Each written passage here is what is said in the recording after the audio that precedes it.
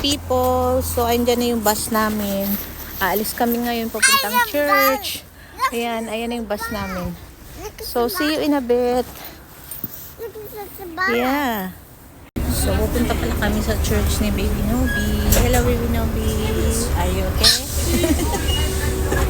So, mamimit natin yung mga ibang mga Pilipino. Kaya, see you later. Ayan.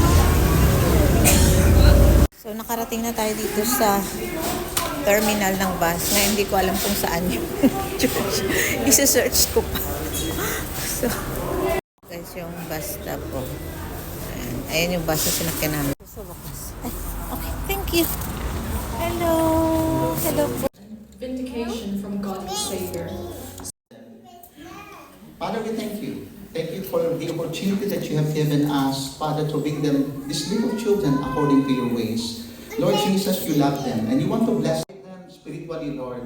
You have given us an opportunity, Father, to, Lord, to sing praises to you, Father, and to fellowship now. I thank you for this food. We thank you for everyone.